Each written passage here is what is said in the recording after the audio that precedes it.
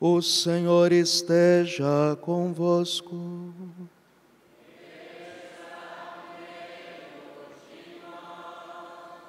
Proclamação do Evangelho de Jesus Cristo segundo João.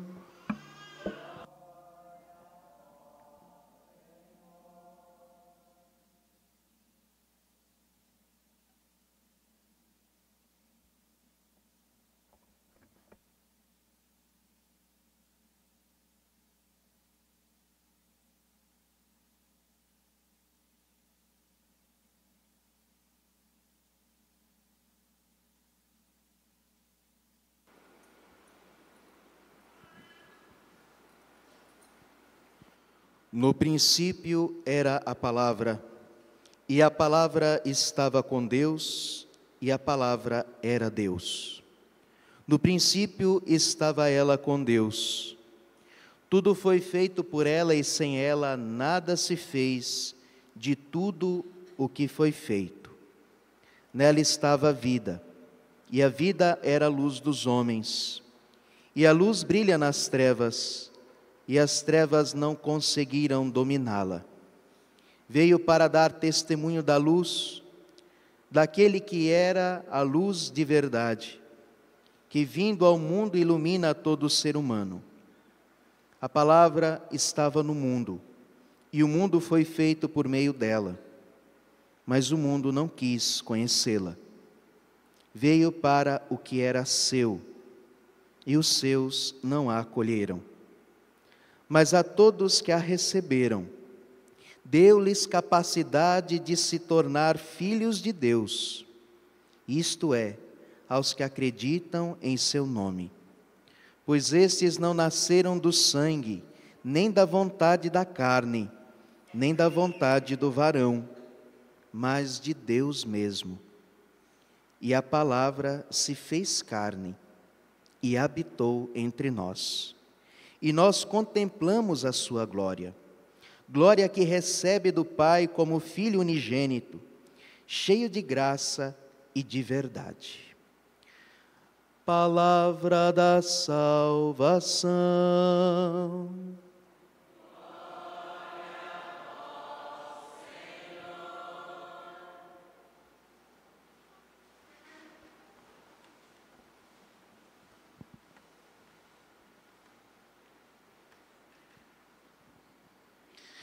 Caríssimos, celebramos hoje com grande graça o Natal de nosso Senhor Jesus. Para a festividade do Natal, a Igreja nos dá a possibilidade de celebrarmos 4 missas diferentes. Todas são missas do Natal. Qualquer uma dessas missas é missa do Natal. A missa das vésperas, a missa da noite, conhecida a missa do galo, a missa da aurora, quando o sol nasce, e a missa do dia, que é esta que nós estamos celebrando. Cada uma quer mostrar um dos tantos aspectos do Santo Natal e nos fazer meditar de uma maneira diferente os grandes prodígios que Deus nos concedeu por esta ocasião. Nas 2 missas de ontem, nós olhávamos para aquela noite de espera, aquela noite tão desconhecida do mundo, aquela noite tão oculta que Deus se manifestou, conhecida de tão poucos souberam daquela noite, aquele nascimento que também foi escondido, como a tradição nos diz, quando São José foi procurar as parteiras, quando ele chega lá com as parteiras, Jesus já tinha nascido. Um mistério escondido e ao mesmo tempo manifesto. E a liturgia de hoje quer mostrar justamente isso. Este mistério foi manifestado a nós. E o que nós estamos celebrando hoje é muito mais do que simplesmente fazer como nós fazemos com os nossos aniversários. Nós não estamos celebrando o aniversário de Jesus. Isso é muito pouco. Nós estamos fazendo algo superior. Existe algo que aconteceu na história, que muda tudo.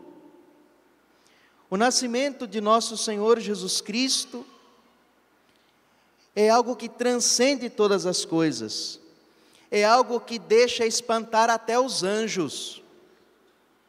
Vamos nos lembrar que a Sagrada Escritura diz que foi por inveja do demônio que o pecado entrou no mundo. Porque este amor que Deus tem pelos homens é uma coisa impressionante. A segunda leitura que nós ouvimos vai perguntar justamente isso: a qual dos anjos Deus disse: este é meu filho amado, hoje eu te gerei?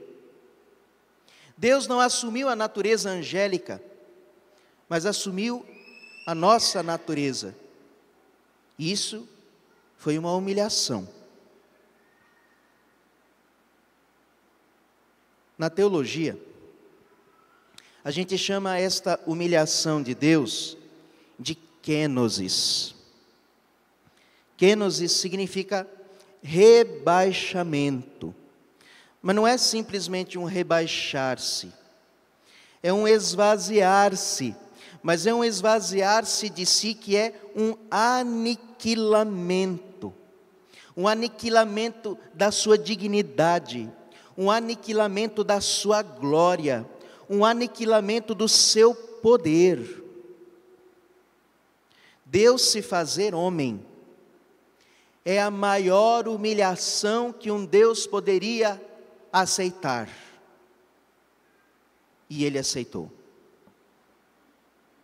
É porque para nós, talvez, a gente não estuda muito metafísica, a gente hoje não entende muito sobre as coisas sobrenaturais. Mas se nós entendermos o que é um Deus e o que é a matéria, nós vamos entender o que significa esta humilhação de Deus se fazer homem. Se nosso Senhor tivesse sido feito filho do maior rei, da maior rainha, dos mais ricos do universo, ainda seria a maior humilhação a encarnação de Deus. Tanto que para o mundo antigo, o Evangelho foi um escândalo. Porque os deuses pagãos não se importam com os homens. Por que é que os povos pagãos ofereciam sacrifícios e holocaustos aos deuses? Não é porque eles amavam os deuses. Não é porque eles tinham uma devoção no sentido, ai, como esse Deus me ama, então eu vou oferecer um sacrifício por ele. Não, era por temor. Porque os deuses, na crença dos povos, faziam o que queriam. Eles não se importam com os seres humanos, eles não se importam com a matéria. Portanto, nós precisamos agradá-los. Nós precisamos conter a sua ira, porque senão nós estamos lascados, porque os deuses não se importam com ninguém. Aqui, na nossa América, os incas, os astecas, ofereciam sacrifícios humanos diários para não desagradar o Deus Sol, porque se faltasse um dia sem sacrifício seria o fim do mundo. Então tinha que matar todos os dias. Óbvio que era um culto satânico. Então vem a revelação cristã. Deus não tem medo da nossa sujeira. Deus não tem medo da matéria. E vamos agora nos lembrar que tem um outro detalhe. A nossa humanidade está corrompida. Embora Cristo não tenha pecado e não tenha concupiscência do pecado, mas o seu corpo humano tem as fraquezas humanas. Ora, ele morreu. Ele se angustiou no Horto das Oliveiras. Ele chorou quando Lázaro morreu. Sentiu frio na manjedoura. Claro que os sentimentos de Jesus não tem nem comparação com os nossos, porque Ele é Deus verdadeiro, mas Ele quis assumir esta carne mortal, esta carne que sente fome, esta carne que sente sede, esta carne que sente sono. Vamos lembrar daquele dia que a barca estava afundando, o mundo estava acabando e Jesus dormindo. Estava tão cansado Jesus. Claro que também dormiu porque quis, né? Testou também os apóstolos. Mas dormiu de fato. Portanto, Jesus mesmo, não deixando de ser Deus, Ele assumiu a condição de um escravo, diz a carta aos Filipenses. Humilhou-se obedecendo, até as últimas consequências, até a morte. Mas a cruz de nosso Senhor Jesus estava presente desde o presépio. Jesus não teve uma vida fácil nesse mundo, não. Aliás, para aqueles que fantasiam e acham que no Natal não pode ter sofrimento, o primeiro Natal foi um Natal cheio de preocupação e de incertezas, de tribulações. Nós ouvimos no Evangelho de ontem à noite, não havia lugar para eles. Pensa, a sua esposa vai dar à luz e você está na rua. Ninguém tem compaixão, ninguém abre a porta para você. É o que nós ouvimos no Evangelho de hoje. Ele veio para os seus, mas os seus não o quiseram. O primeiro Natal foi assim. A alegria com preocupação, dor com amor. E Deus transformou a dor de São José e da Virgem Maria em amor. Quando aquele menino chegou, acabou tudo. Aquela gruta de Belém se tornou o maior palácio de todos, ninguém nem se importava. A vaca e o jumento se tornaram os melhores anfitriões do mundo, não tinha ninguém melhor. E os pastores naquele dia, naquela noite, se tornaram como se fossem reis.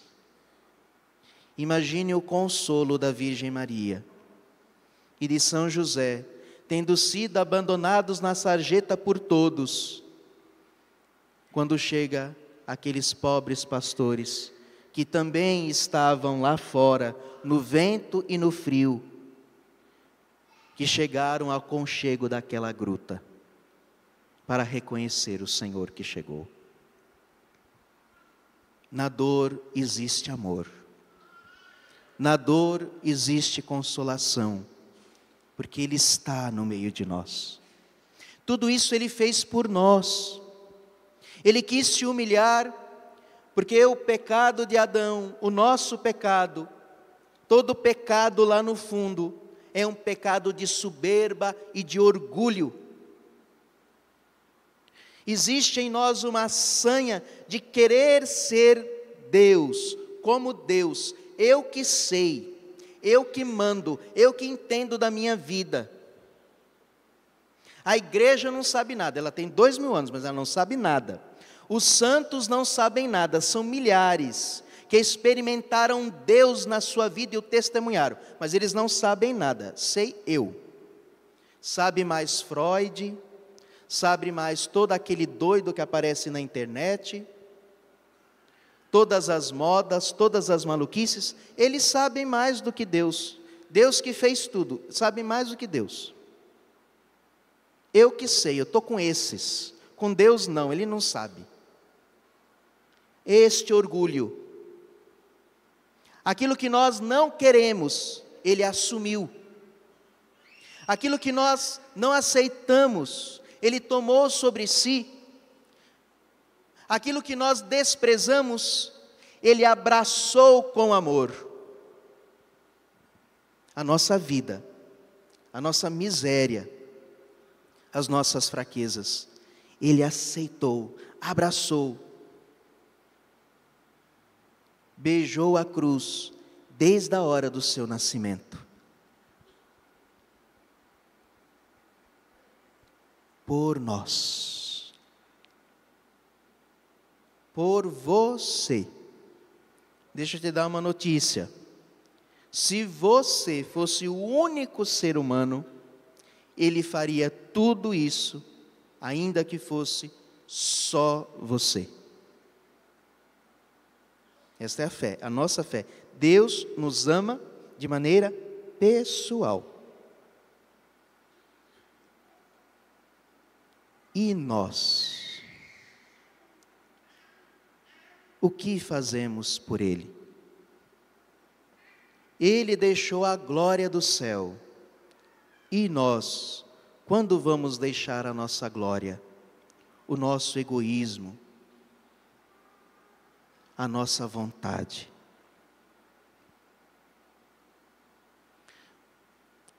Só para citar aquilo que eu disse na missa de ontem, tradicionalmente nos presépios, nós sempre encontramos um jumento e um boi. Tem outro significado também, mas a Sagrada Escritura, como que profetiza isso? A acolhida dos animais e o desprezo dos homens. Em Isaías capítulo 1, logo no início da profecia de Isaías, e Isaías é o profeta do Messias por excelência. No capítulo 1, no versículo 2 e 3, diz assim: criei filhos e os fiz crescer. É Deus dizendo. Mas eles se rebelaram contra mim. Desde Adão e Eva, no paraíso, até hoje. Criei filhos e os fiz crescer, mas eles se rebelaram contra mim. O boi conhece o seu dono. O boi conheceu o seu dono no presépio. E o burro, o coxo do seu senhor. Jesus foi colocado no coxo. No coxo que aquele burro comia, que aquele boi comia. O boi conhece o seu dono e o burro o coxo do seu senhor, mas Israel, que somos nós, Israel não conhece. O meu povo não entende. Deus fez tudo isso por nós e nós nem aí.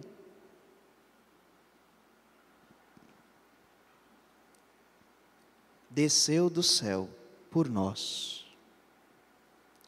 Amemos o Senhor. Só tem uma coisa para fazer agora: amar Deus de volta. Não tem outra coisa para dar. Jesus nos deu o seu coração na manjedoura. Um coração humano bate de amor. Um coração humano e divino bate, pulsa de amor por você. Desde que se encarnou e agora no céu, porque o coração de Cristo continua vivo e ressuscitado no céu. Pulsa de amor por nós. Então dê a Ele agora o seu coração.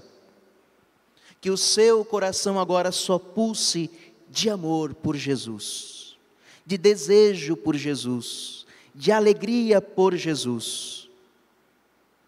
E quando vierem as provações, que elas virão, nós vamos nos lembrar das suas palavras.